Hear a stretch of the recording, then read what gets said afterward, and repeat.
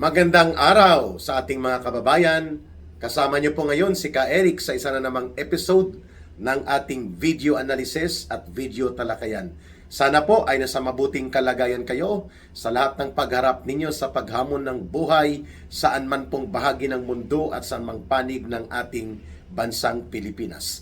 Sa puntong ito ay magbibigay po tayo ng video analysis reaction hinggil po dito sa panggigipit at malawakan at sistematikong paggamit ng poder at kapangyarihan ng Estado at gobyerno laban kay Congressman Leandro Liveste. Nauna na po ang pagkakuryente ng impormasyon ni Ombudsman Boying Rimulya kung si Atty. Topacio pa ombudsman. Bad mo.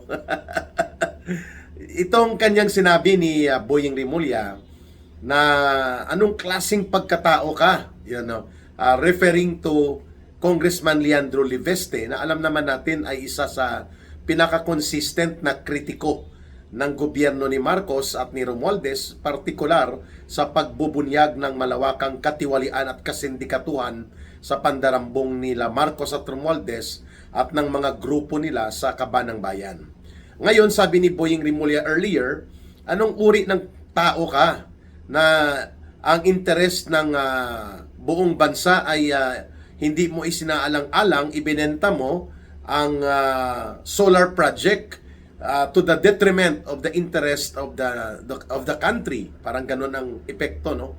Yun pala, mali po ang kanyang impormasyon. Hindi po ibinenta ni Congressman Leandro Liveste ang solar project upang i-take over ng Meralco o ng Lopez Group of Company. At nag-divest na pala si Congressman Leandro Liveste dyan nang siya ay tumakbo na sa politika. At ito ay isang sunog na impormasyon. Ibig sabihin po, kuryente. Subalit, instead na magkaroon ng pagpapahingi o pagpapaabot ng apology si Boying Rimulya, pinanindigan pa niya ang pagka-arogante at ang kapalpakan ng kanyang komentaryo lamang maatake niya at ipatuloy ang kanilang demolition attack and operations to discredit si Congressman Leandro Liveste. Yan, no? Nakita din po natin kung paano ginamit ang DPWH na mga empleyado o mga opisyal, kagaya ng ipinahayag nitong tauhan ni Enrique Rason na super bilyonaryong Enrique Rason, na conduit pala niya ito sa loob ng gobyerno ni Marcos. Pag sinabing conduit, linya niya po ito si Vince Dizon na ngayon ay naging DPWH Secretary ni Marcos, no? Ang isa pang linya ni Enrique Rason, the super billionaire, na siyang tumawag kay Lolo Lucas Bersamin na umalis na at ibigay na ang kapangyarihan sa pagka-executive secretary kay Ralph Recto. Ang isa pang conduit o linyada niya na nagpo-protect sa kanyang oligarkong interes sa loob ng gobyerno ni Marcos at Romualdez ay itong si Ping Lacson. So, itong si Vince Dizon na conduit o linyada ni super bilyonaryo Enrique Rason ay nagsabi na sa pilitan at puno ng pandaraya o manipulasyon ang ginawang pagkuha daw ni Congressman Leandro Liveste ng tinatawag na Cabral Files. Ipinilit niya ito kay dating Undersecretary Catalina Cabral na hindi naman daw kagustuhang voluntaryong ibigay ni Yusek Cabral nang ito'y nabubuhay pa. Well, in fact, hindi po totoo yun kasi lumalabas na bago pa man po mahulog sa antas ng spiral depression ayon sa kanyang mga pamilya, itong si Yusek Cabral ay nakikipag-usap na pala ito kay Congressman Leandro Liveste para magkaroon siya ng outlet o mailabas niya ang bigat ng saloobin niya, na bitbit niya ang mga listahan ng mga sindikatong operations, projects kunwari at mga koneksyon ng mga tauhan nila Marcos at Romualdez mismo. At isa sa nakita ni Yusek Cabral ay si Congressman Leandro Liveste na mapagkakatiwalaan niya. Subalit binabaliktad ngayon ang kwentong ito ng mga pahayag ni Vince Dizon na binabantaan niya, nakakasuhan nila si Congressman Leandro Libeste sa kanyang manipulasyon daw at madaya o palusot na diskarte na kinuha ng sapilitan without the consent of Yusek Cabral ang tinatawag na Cabral Files mula sa DPWH. Alam natin po, yan ay mga kautusan na mismo nila Marcos at Romualdez upang durugin at ipitin si Congressman Leandro Libeste upang manahimik na at umatras dito sa kanyang advokasya na maging tagapagbulgar o tagapagsiwalat nitong malawak na katiwalian at diskarte sa pamimera at pangungurakot na grupo na pinamumunuan ng sindikato ni Marcos at Romualdez. So maliban po sa kuryente at sunog na impormasyon ni Boying Rimulya, mantakin mo ombudsman ka and yet you do not know how to exercise prudence and due diligence before ka magsalita at maglabas ng impormasyon. Pag sinabi pong prudence and due diligence, ito po yung pagiging maingat mo at pagiging mabusisi bago ka magsagawa ng pagbubunyag o paglalantad ng anumang impormasyon. Especially if you have or if you are in a position of authority like Boying Rimulya na siya ang ombudsman o tagapagbantay ng kaban ng bayan supposedly. Kaya na kuryente siya na hindi pala totoo na mayroong illegal business transaction si Congressman Leandro Libeste pagdating sa kanyang energy and solar projects dito sa Meralco. Pinasubalian po ito at itinanggi ng pamunuan ng Meralco. Ngayon, sunog at paso ang kinalabasan ni Boying Rimulya. At ito naman ang kay Vince Dizon na pananakot na hahabulin nila ng kaso si Congressman Libeste sa sapilitan at madaya daw na pagkuha ng mga Cabral files. Alam natin magkadugtong ito na forma ng harassment na siyang ginagawa nila Marcos at Romualdez sa lahat po ng gustong manindigan at magbunyag ng mga katotohanan at mga nalalaman nila hinggil po sa malawak na involvement nila Marcos, nila Romualdez at mga tauhan nila nito sa sindikato sa pangungurakot. Ngayon, ang kaninang hapon lang o ngayong araw na ito habang tayo po ay nagsasalita dito sa ating video analysis, itong si Secretary Sharon Garin, hindi ko alam kung secretary na siya as na-confirmed na ng Commission on Appointment, pero ang alam ko dati acting secretary ito ng Department of Energy itong si Sharon Garin. Kasi manwa ko ito, kababayan ko, Ilongga ito. Ito po ay sister-in-law ni Janet Garin, no? Si Janet Dingbaksya Queen Garin. Sinabi ni Secretary or Acting Secretary Sharon Garin nitong Department of Energy na kinakansila na ng gobyerno ang 12,000 megawatt solar project energy project ni Congressman Leandro Libeste ng kanyang kumpanya at sila ay magsasampa ng reklamo na pumapataw ng 24 billion pesos na penalty dahil daw hindi na kumpleto at na-comply ni Congressman Libeste ang kanyang mga solar projects na ang volume of energy na ipinaramis niya ay mga 12,000 megawatt solar farm and solar source energy mula po sa init ng araw. So kung titingnan po natin the pattern of full force, lubusang paggamit ng kapangyarihan ng gobyerno at ng puwersa at instrumento ng Estado ay talagang ibinubunton at talagang tinatarget si Congressman Leandro Libeste upang siya ay durugin, paluhurin at pahinain ang kanyang paninindigan na magpapatuloy sa kanyang mga pagsisiwalat at mga advokasya. Ito din po ang ginawa ni Marcos at Romualdez laban kay Congressman Kiko Barsaga. Sinuspindi po siya ng I think 60 days at mayroon pong parang gag order sa kanya na lalo pa siyang isuspende, baka umabot ng 1 taon o pati sa expulsion niya kung hindi siya titigil sa pagsasalita. Hinggil po sa mga ginagawa niyang pagbubunyag din dito sa katiwaliang kinasasangkutan ng gobyerno ni Marcos at Romualdez. So the same pattern ang ginawa po ni Marcos at Romualdez kay General Pukis. Pinakulong siya, pinusasan, mabuti nakapagpiyansa siya. Ganon din pong ginagawa sa akin. Kay Ka Eric, kaliwat kanang kaso ang isinasampa po sa akin, kaliwat kanang pananakot, panggigipit, pati po mula pa nang nanindigan kami ni Ma'am Lorraine Badoy, inahabol kami sa Tuadcom, inahabol, pinapakulong kami sa Kongreso, kagaya po ng ginawa kay Colonel Grijaldo. All of these are patterns similar and pointing to authoritarianism or ala diktadura na uri ng panggobyerno ni Marcos, in spite ng kanyang acting-actingan na siya ay bait-baitan.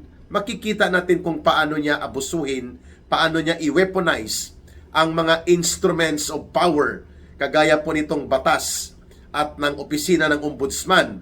Pati po itong DPWH ngayon ay upang mapagtakpan ang pagbubunyag ng Cabral Files at bigyang malisya at gawing masama ang intensyon ni Congressman Libeste sa pagbubunyag nitong Cabral Files ng napakaraming involvement sa katiwalian ng mga aliporis ni Marcos at Romualdez at mismo including ang anak ni Marcos na si Sandro Marcos and even ni Marcos at Romualdez. Ngayon, ang ganting atake nila, bumira ang ombudsman, nagpropaganda si Boying Rimulya, kaso palpak lang, kuryente, sunog ang impormasyon. Subalit nakita natin na yun po ay isang malinaw na paggamit ng kapangyarihan at institusyon at poder ng ombudsman. At hindi pa yan titigil dyan si Boying Rimulya. May iba pa siyang gagawin, malamang sa malamang. And nakisawsaw din itong tauhan at conduit, linya ng super bilyonaryong oligarko na nagmamanipulate sa gobyerno ni Marcos, itong si Enrique Razon. Ang tauhan niya pala ay si Vince Dizon, maliban kay Ping Lacson, na linyada rin ng kontrol ni oligarko super bilyonaryo Enrique Razon. Bumirada din ng atake kay Congressman Libeste, si Vince Dizon. At nananakot, nakakasuhan nila si Congressman Libeste.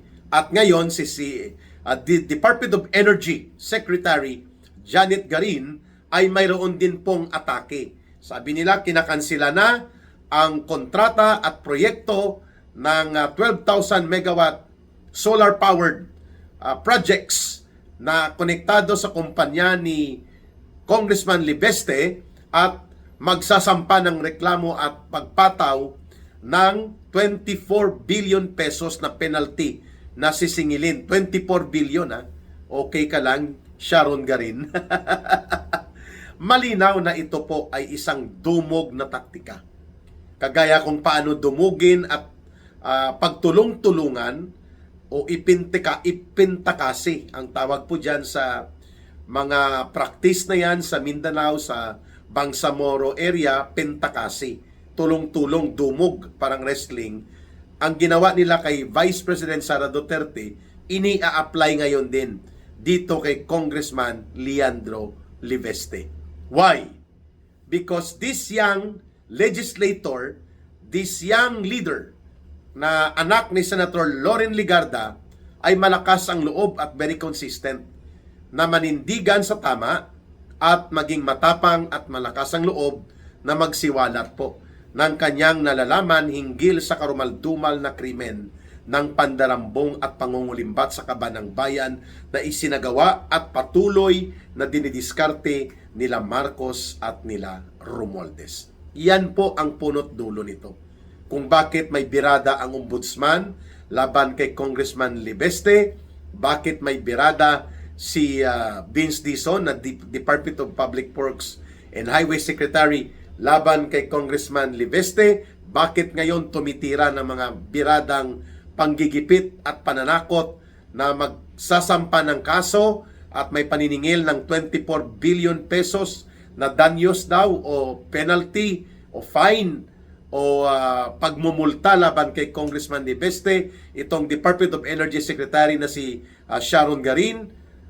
Lahat ng ito po ay isang planado, organisado at may kumpas mula kay Marcos na gagawin nila laban kay Congressman Leandro Libeste. Yun Kaya, nararapat lamang at matuwid na ang taong bayan ay makipagkaisa, magpahayag ng pagbuhos ng suporta at pagkilala po sa ginagawang pagsakripisyong ito ni Congressman Libeste, sapagkat kung tumahimik po si Congressman Libeste, tumahimik na rin po si Kiko Barsaga at pati po sila Congressman Igay Erese, kami nila ka Eric at iba pang mga kasama ko po dito sa Marcos Resign Movement. Aba, tuwang-tuwa ang mga sindikato at mga mangungulimbat sa pundo ng bayan dahil wala nang lumalaban sa kanila. At mapapabayaan po ang pagpukaw at pagbuo ng pagkakaisa ng mga mamamayan kung matatakot na lamang tayong lahat. Mananatili po ang sindikato na pamumuno at pagkontrol ni Marcos at Romualdez sa gobyerno exactly the way they want things to do against Congressman Leandro Libeste. Pero hindi po tayo papayag na mangyayari yan, mga kababayan. And yan po ang aking punto dito, na kapag ikaw ay nanatiling consistent, malakas ang loob, at kaya mong manindigan, tatargetin ka ng gobyerno ni Marcos.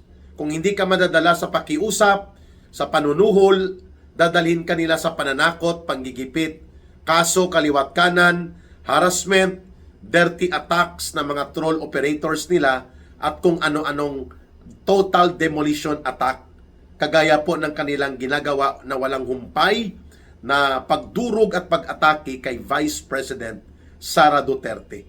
Lamang manatili ang kanilang pangungunyapit sa puder. Pero may nakalimutan po dito na isang bagay ang gobyerno ni Romualdez at ni Marcos. Ano po yun? Ang taong bayan nagmamasid.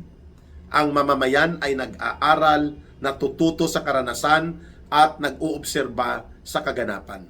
Hindi panghabang buhay po na matatakot ang mga mamamayan. Yan po ang problema nila.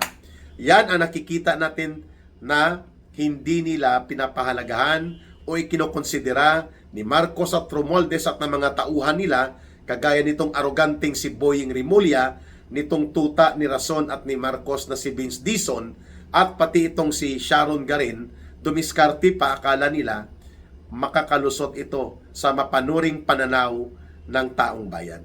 Ang nakikita ng mamamayan ngayon, si Congressman Libeste ay parang isang buhay na bayani, sapagkat hindi po niya isinaalang-alang ang kanyang personal comfort ng kanyang negosyo, ng kanyang economic interest. Nanindigan siya na banggain ang puder at kapangyarihan nila Marcos at Romualdez, and he chose to side with the people. Yan ang hindi nila nakita.